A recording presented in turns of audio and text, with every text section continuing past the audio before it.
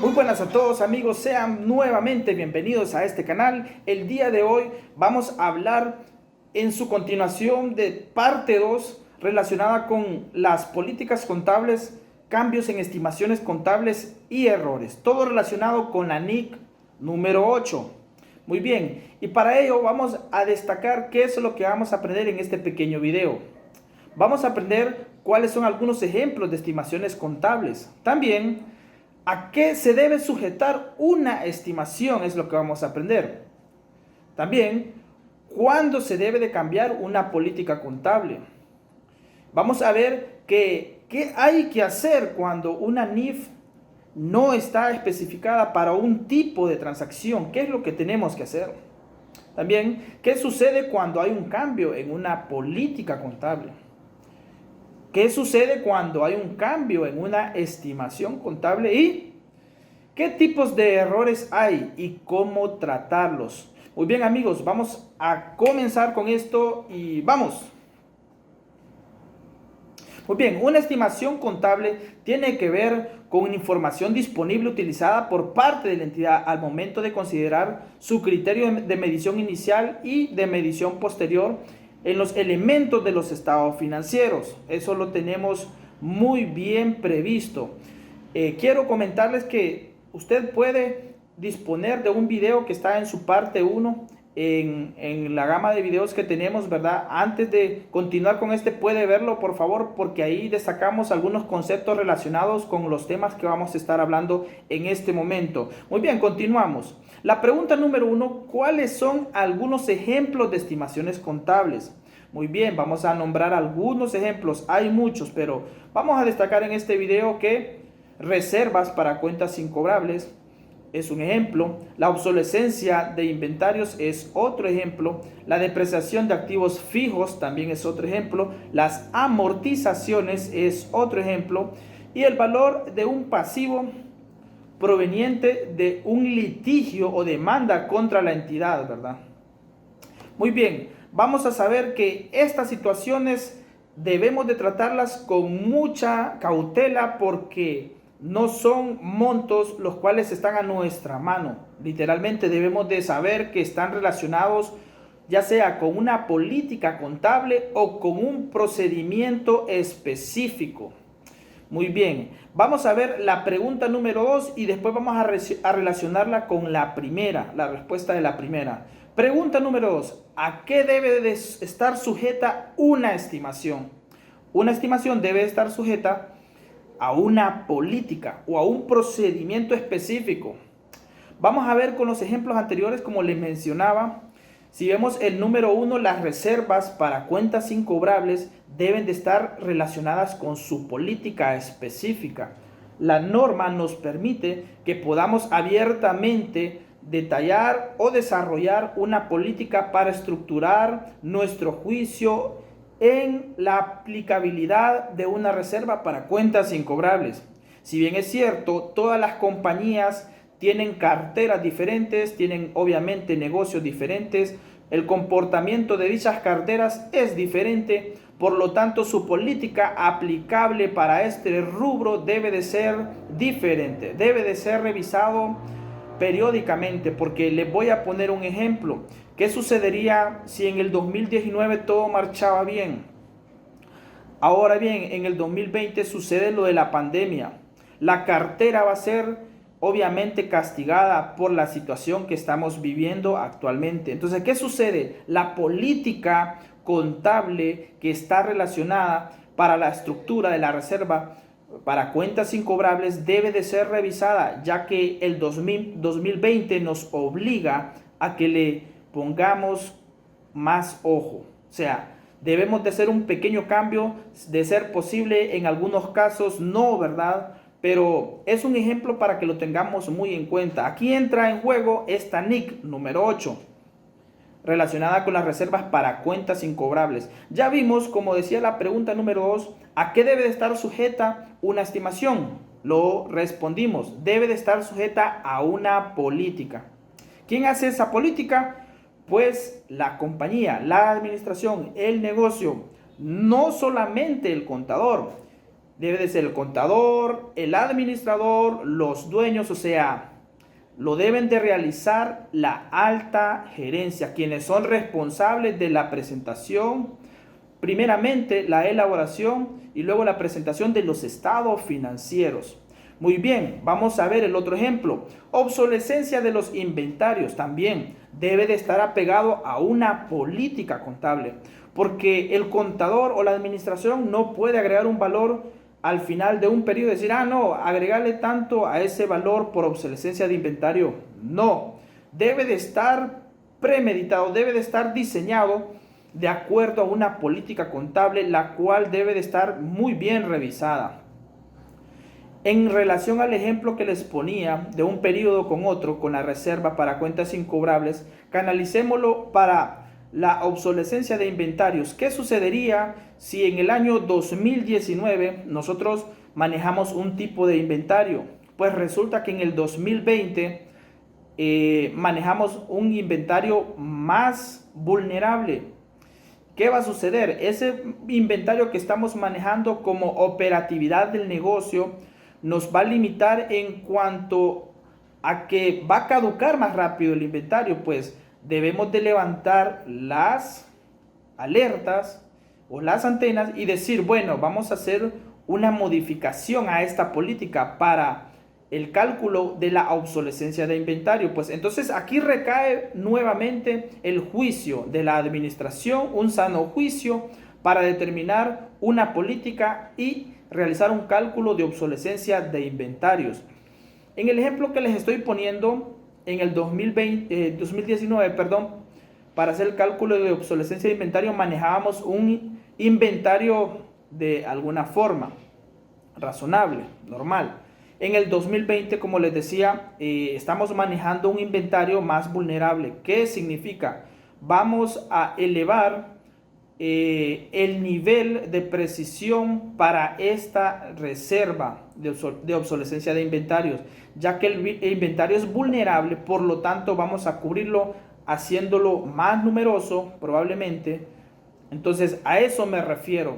Como por ejemplo mencionaríamos un tipo de inventario vulnerable, una pintura, por ejemplo, que en el 2019 una pintura para, valga la redundancia, pintar, ¿verdad? Que en el 2019 me podía durar en bodegas un año o 2 años, pues la que están fabricando en el 2020 ya no me dura un año o 2 años, me está durando 6 meses. Pues si no tengo una rotación de inventario perfectamente, debo de ponerle mucha atención a esta obsolescencia de inventario, porque ¿qué significa? Que puede caducar en cualquier momento la mayoría de este tipo de inventario. Entonces hay que saber que cada estimación contable debe de estar ligada ya sea a una política contable o a un procedimiento específico. Muy bien, continuamos con el ejemplo de las depreciaciones de los activos fijos. Lo mismo. Estas están relacionadas con una política contable. Bueno, hay una norma específica que lo mira, ¿verdad? La NIC 16 habla literalmente de lo que son el tratamiento de los activos fijos. Pues podemos ver de que las normas están relacionadas unas con otras y también este juicio recae sobre una política contable. Las amortizaciones también deben de tener su política contable. Y para finalizar, un valor del pasivo proveniente de litigios o demandas en contra de la empresa, pues ya aquí no debería de haber una política específica, ya que cada caso en particular, cada demanda es totalmente diferente. Y la empresa no va a, por decirlo así, estar esperando demandas tras demandas. No es su especialidad, no, es más, no quiere recibir demandas. Por lo que se va a personalizar un procedimiento específico para diseñar una provisión. Les voy a poner un ejemplo. Imagínense que la empresa recibe una demanda por un empleado X, la cual es numerosa, pues se llevan a todas las instancias legales ¿Y cuál va a ser nuestro juicio como contadores o como administración para determinar un valor? Si existe una provisión o si existe una estimación, vamos a ver cómo lo podemos hacer. Bueno, cómo lo podemos hacer es sabiendo que el especialista, bueno, el abogado nos va a reiterar y nos va a decir, bueno, considero que esta demanda se va a materializar en un porcentaje determinado, en un 50% del valor de la demanda. Pues si el especialista nos da ese dato o esa pauta, pues hay que hacerlo. Si el especialista nos dice no, eso no se va a materializar, pues no hay que registrar nada, ¿verdad? No significa que si existe una demanda, pues ya tengo que registrarla, no. Hay que ver cuáles son las instancias en donde está y hay que ver el dictamen de nuestro asesor legal para que él nos pueda dar fe de su materialización o no en su momento. Y por ahí nos vamos. Entonces podemos ver de que aquí no hay una política contable para establecer ese monto de estimación, sino que nos basamos a un procedimiento específico. ¿Y cuál es el procedimiento específico? Para concluir, lo que el abogado nos dice, el especialista, el que sí sabe de leyes, ¿verdad? Entonces, consideremos muy bien qué es lo que nos dice. Vamos a continuar con otra pregunta y vamos a ver cuándo se debe de cambiar una política contable.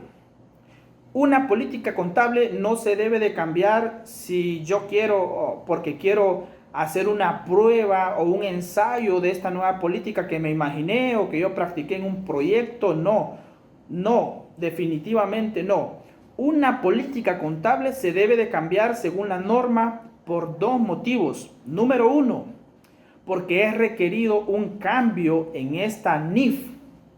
Y número dos, cuando dé lugar a que los estados financieros suministren información fiable y más relevante sobre los efectos de las transacciones, otros sucesos o condiciones sobre la situación financiera, el rendimiento financiero o los flujos de efectivo de la entidad.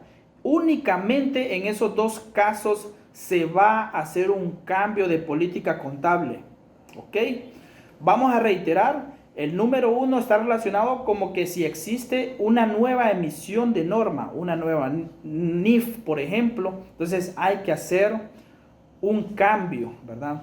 Y el número dos podría estar relacionado como ejemplo cuando yo como administración considero que manejar esta información con una nueva política va a proporcionar, valga la redundancia, información más fiable y relevante sobre las cifras de los estados financieros, pues en ese momento la NIC 8 me permite poder hacer el cambio. Vamos a continuar con la siguiente pregunta. ¿Y qué hay que hacer si no hay una NIF específica que sea aplicable a un tipo de transacción? Vamos a ver qué es lo que debo de hacer. Lo que debemos hacer, mis estimados amigos, suscriptores, es lo siguiente. Debemos utilizar el juicio. La administración debe de utilizar su juicio para el desarrollo y la aplicación de una política contable a fin de que pueda suministrar información que sea relevante y que sea fiable. Muy bien, no va a utilizar su juicio, mi juicio es ponerle tal monto, o mi juicio en mediodía lo voy a determinar. No, es un juicio muy serio, por lo tanto debe de estar respaldado con documentos, debe de estar bien analizado, ¿verdad? Si no existe una NIF que me especifique cómo tratar un tipo de transacción, como administración voy a establecer los parámetros en base a mi juicio, a mi conocimiento de negocio, el más razonable, cumpliendo con lo que me dice la norma, que pueda suministrar información relevante y fiable. Muy bien. Este juicio debe de estar por escrito. En base a esto yo considero que voy a utilizar esta política. Muy bien. Perfecto. Vamos a continuar con la siguiente pregunta. ¿Y qué sucede cuando hay un cambio en una política contable? Muy bien. Un cambio en una política contable nos lleva a algo. Vamos a ver a qué nos lleva. Se debe considerar un cambio retrospectivamente, como si se hubiera hecho aplicado siempre. Muy bien, cuando hay un cambio en una política contable, debo de hacer el cambio de forma retrospectiva, mostrando el cambio en las cifras de hoy para atrás, en los estados financieros. Por ejemplo, si una compañía decide cambiar de método de depreciación de línea recta a un método de unidades producidas, este cambio implica un cambio en política. Sin embargo, se debe reconocer el efecto en los resultados acumulados. Muy bien, amigos, ya lo sabemos. Si hay un cambio en política contable, debo de hacer o debo de considerar un cambio retrospectivamente, y para ello debo en su momento de reexpresar probablemente las cifras de los estados financieros. Continuemos con la siguiente pregunta. ¿Qué sucede cuando hay un cambio en una estimación contable? Cuando existe un cambio en una estimación contable, será de carácter prospectivo, es decir, que el reconocimiento del efecto del cambio será aplicable desde la fecha del cambio hacia adelante. Muy bien. Por ejemplo, si una compañía estima deudas incobrables a razón del 5% de las ventas en un periodo, por ejemplo, del 2019, pero en el 2020 ha decidido cambiar el porcentaje al 7% por la situación que vivimos del COVID-19, por ejemplo, aquí se debe de aplicar un cambio prospectivo desde el 2020 hacia adelante.